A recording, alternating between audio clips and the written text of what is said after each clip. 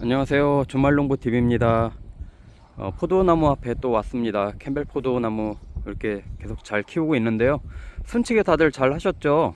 제가 몇 번 영상 올려드렸는데 그대로 따라만 하셨어도 지금 아마 1차 순치기는 다 하시고 아마 6손치기까지 지금 다 마무리들을 하고 계실 것 같은데, 이 포도송이 옆에 이렇게 조그맣게 손가락처럼 올라오는 6손들 이렇게 다 집어주고 하면 현재까지 할 수 있는 여러 가지 이제 조치 중에 어느 정도는 다 이제 완료가 됐을 것 같은데, 자, 오늘은 이 포도 순을 얼마나 키워야 되는지에 대해서 좀 말씀을 드리려고 합니다. 이제는 기본적으로 지금은 마디마다 다 하나씩 지금 순을 남겨놓고 키우고 있잖아요. 지금 1차 순치기를 다 순집기를 해줬기 때문에.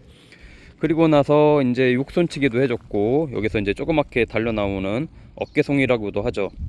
육손치기도 해줬고, 또 지네발도 제거해주고, 이제 그런 상태에서 이제 쭉 이제 키우고 있을 건데, 이 순을 얼마나 키워야 될까요? 이 가지를 제가 몇 번 말씀을 드렸지만, 이 가지는 기본적으로 마디 기준으로 한 8마디에서 9마디까지만 키우자고 말씀을 드렸습니다.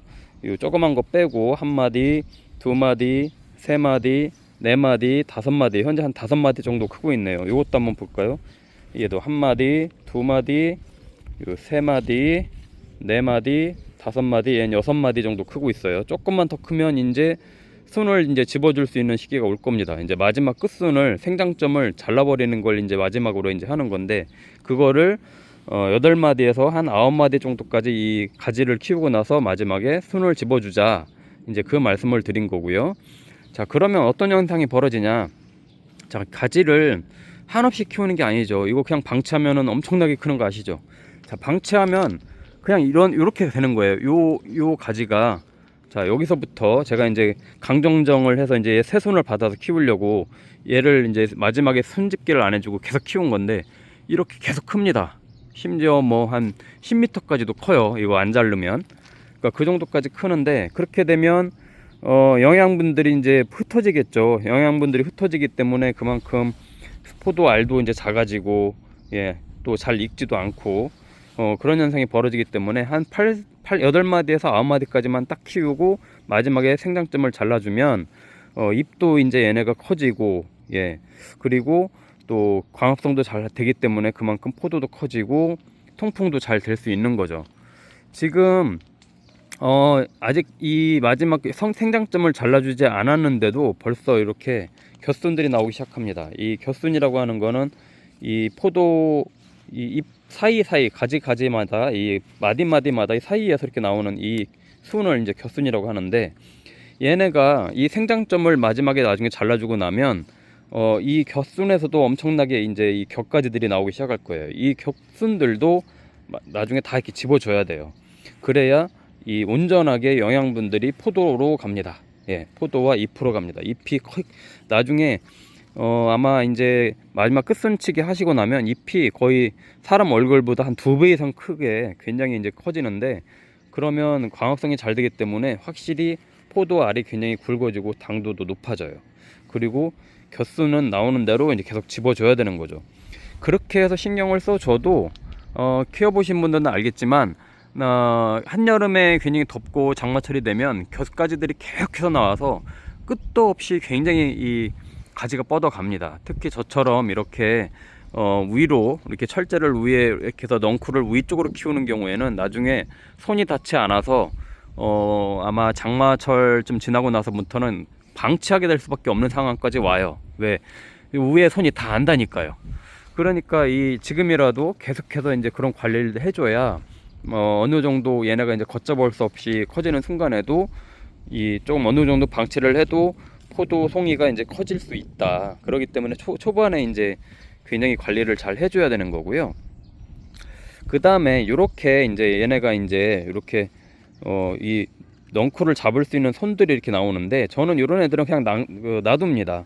포도송에서 나오는 지네발을 이렇게 지네발이 이렇게 포도송에서 나오는 애들은 제거를 해줘야 되는데, 이렇게 이제 가지에서 나오는 애들은 저처럼 이렇게 이제 철제들을 막 해놨잖아요. 이렇게 해놓은 이유가 이 애들이 나중에 이런 애들을 붙잡고 버팁니다.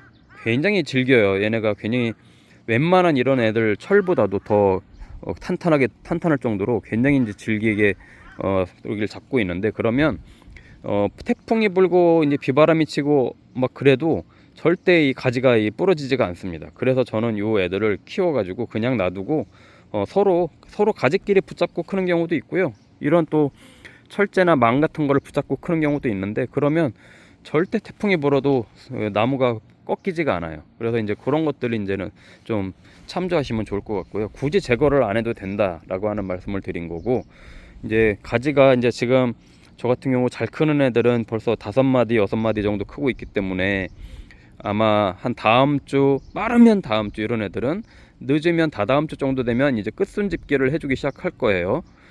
하지만 아직도 작은 애들이 있습니다. 이렇게 작은 애들도 있고 인제서 이렇게 순이 나오는 애들도 있고 그럴 거예요. 같은 나무에서도 천차만별입니다. 나오는 것들이 이렇게 큰 애들도 있고 아직도 작은 애들이 있고. 그게 왜 그러냐면 지금 다들 아시다시피 날씨가 추워요.